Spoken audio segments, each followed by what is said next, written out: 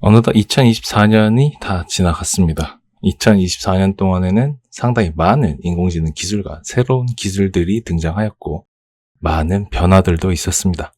우리의 삶을 좀 더 윤택하게 하는 다양한 기술들이 제공되었고 그로 인해서 우리는 좀 더 미래에 대한 전망을 낙관적으로 볼 수도 있고 또 잠재적인 위협에 대한 부분도 생각을 할 수밖에 없게 되었죠. 이제 2025년 이후에 우리가 관심을 가질 만한 새로운 기술은 어떤 것들이 있는지, 또 어떤 기술들이 등장하게 될 것인지에 대한 아주 간단한 몇 가지만 살펴보도록 하겠습니다. 테크 언박싱 시작합니다.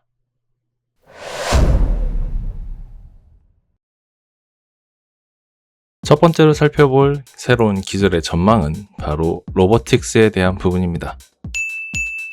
테크 언박싱을 진행하면서 종종 언급했던 사항 중 하나가 바로 새로운 기술에 대한 전망 중 가장 대표적으로 손꼽히는 것이 바로 로보틱스다 라고 했었습니다. 자, 이러한 기대에 대한 부분을 부응하듯 오픈 AI에서 새로운 인간형 로봇에 대한 계획을 착수했다고 합니다. 사실 오픈 AI가 로봇에 대한 부분을 처음 시도하는 것은 아닙니다. 이전에 2021년까지는 로봇공학 부서가 존재하였었고 이때까지는 로봇에 대한 투자, 기술 개발에 대한 부분을 계속 진행하고 있었습니다. 2021년도에 로봇공학 부서를 해체한 이후에 왜 다시 로봇에 대한 부분으로 개발을 들어갔느냐라고 생각했을 때 이는 오픈AI가 보여줬던 수많은 퍼포먼스를 생각해 보았을 때 이는 앞으로 범용적인 AI, 범용적인 인공지능을 활용할 수 있는 분야로 확장하기 위한 것과 일치하기 때문이다 라고 볼 수 있습니다. 이에 대해서 오픈AI가 접근하는 방법은 다양한 방법을 취하고 있는데 Figure AI와 1X 테크놀로지, 피지컬 인텔리전스와 같은 로봇 스타트업에 투자를 하는 방식, 또 다른 방식으로는 엔지니어를 채용하여 내부 로봇 연구팀을 재구성하는 방법, 그리고 대규모 언어 모델 및 다중 모드 AI 시스템을 로봇 플랫폼에 통합하는 방안을 탐구하는 것으로 알려져 있습니다.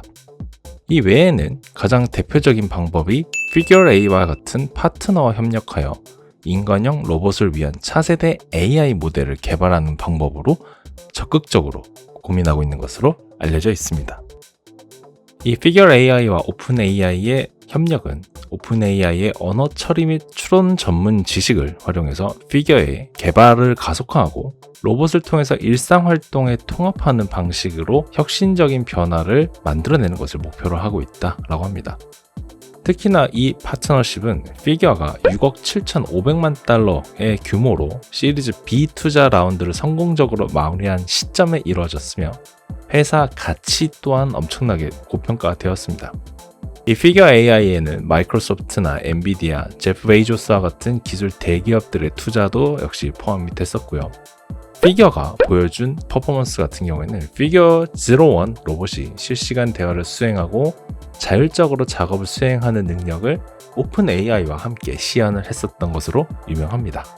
이제부터 관심 있게 살펴봐야 할 사항이 바로 이 로봇 공학이 될 거라고 예상이 됩니다. 현재 휴머노이드 로봇의 최근 돌파구는 기계가 달성할 수 있는 한계를 넘어섰는데 테슬라의 옵티머스 로봇 같은 경우는 크기가 약 173cm에 무게는 57kg로 자신의 체중을 초과하는 데드리프트도 수행이 가능하고 시속 약 8km를 이동하면서 최대 20km를 운반할 수 있다고 합니다. 이 휴머노이드 로봇의 힘대, 무게 비율과 이동성에 대해서 상당히 발전이 이루어졌다라고 볼 수 있고요. 이 부분은 앞으로 상업적인 부분에서 좀 더 많은 도약이 이루어질 것으로 예상이 됩니다. 여기에 AI 통합을 통해서 자연어 처리와 시각적 해석도 가능해질 것으로 예상이 되고 인간을 관찰하는 것만으로도 작업을 학습하고 스스로 수정할 수 있게 발전될 거다. 이렇게 예상이 된다고 합니다. 앞으로 벌어질 이 휴머노이드 로봇 시장에 대한 부분으로 좀 더 관심 있게 지켜보면 좋을 것 같습니다. 두 번째로 살펴볼 기술은 바로 웨어러블 디바이스입니다.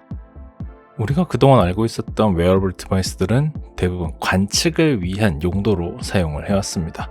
우리의 혈압이나 심장 박동수 혹은 산소 포화도와 같은 혹은 운동량과 같은 것들을 계측하는 용도로 웨어러블 디바이스를 사용했습니다. 그런 웨어러블 기기들을 사용하기 위해서는 우리가 직접 충전을 해야만 사용을 할 수 있었습니다. 배터리가 없는 경우에는 아무 소용이 없는 하나의 장식품에 불과했었죠. 많은 분들께서 이런 웨어러블 디바이스의 한계가 아무래도 명확하다 이런 식으로 판단을 했었습니다.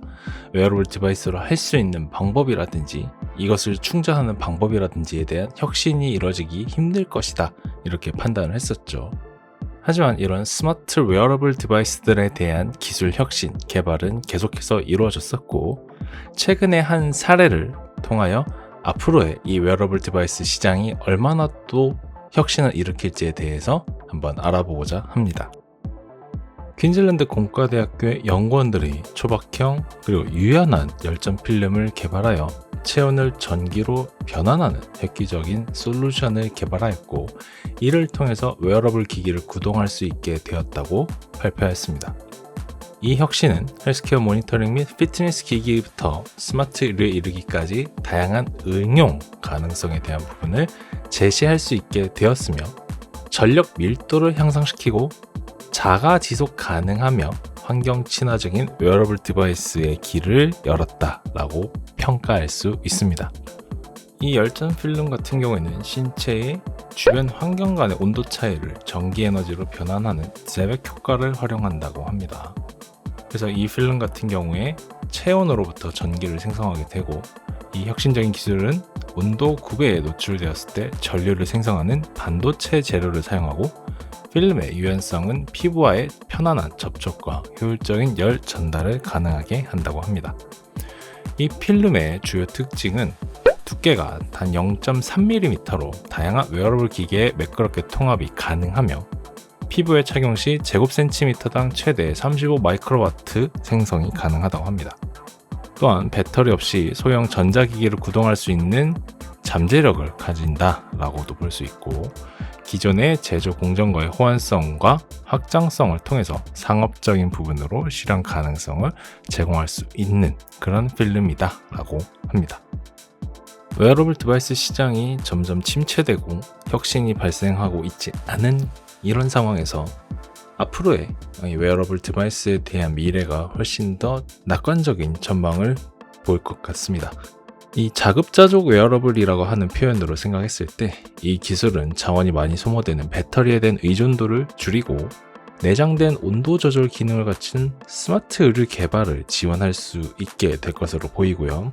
또 이를 통해서 스마트폰이나 컴퓨터의 전자칩 냉각과 같은 잠재적인 응용 분야도 함께 볼 수 있을 것으로 예상이 됩니다.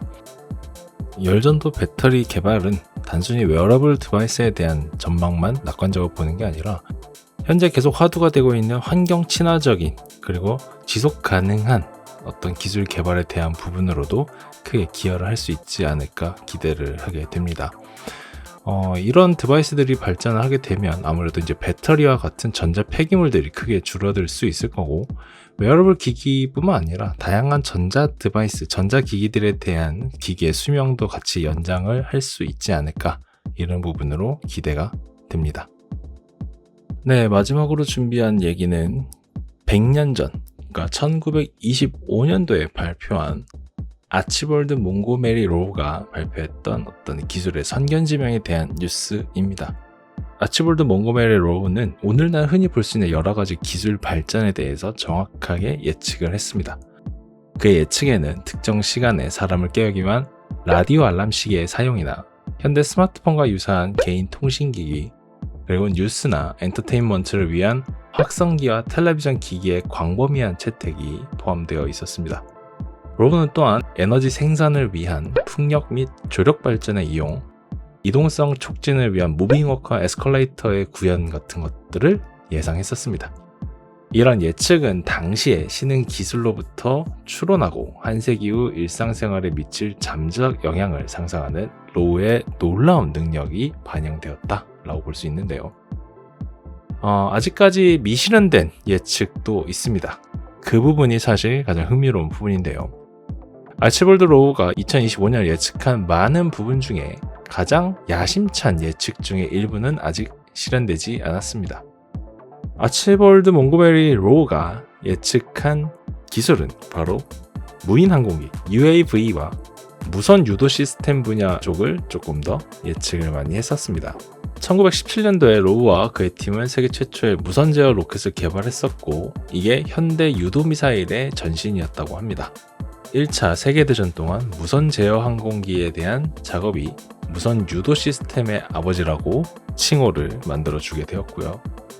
아직까지 남아있는 가장 큰 기술 중에 하나는 바로 UAV이긴 합니다.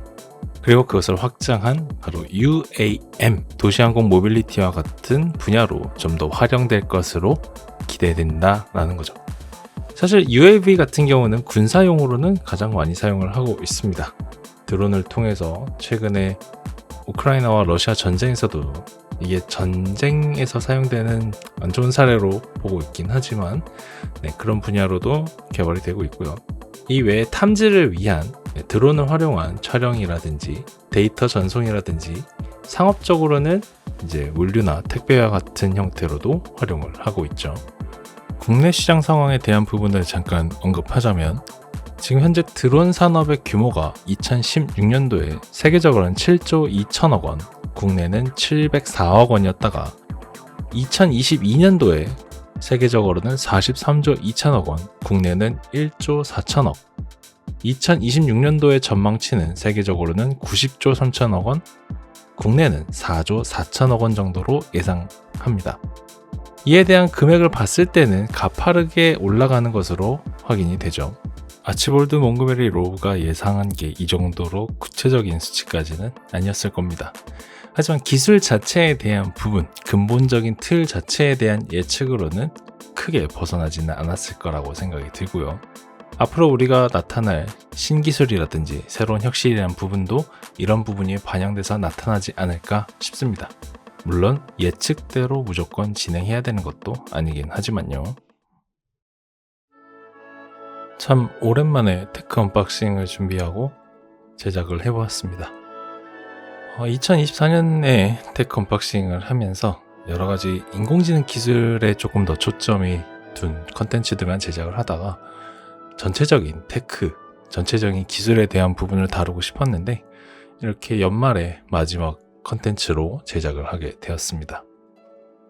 2025년도에는 조금 더 많은 컨텐츠를 다뤄보고자 합니다. 물론 컨텐츠를 제작하는 게 수월하지 않아서 시간이 조금 걸리기도 하지만 조금 더 다양한 컨텐츠 그리고 다양한 기술들을 기반으로 컨텐츠를 제작해보고자 합니다. 앞으로 2025년도 이후부터도 계속해서 등장할 새로운 기술에 대한 부분으로 테크 언박싱에서 열심히 다뤄보도록 할 테니 많은 응원 부탁드리겠습니다. 오늘 테크 언박싱 여기까지 하도록 하겠습니다. 감사합니다.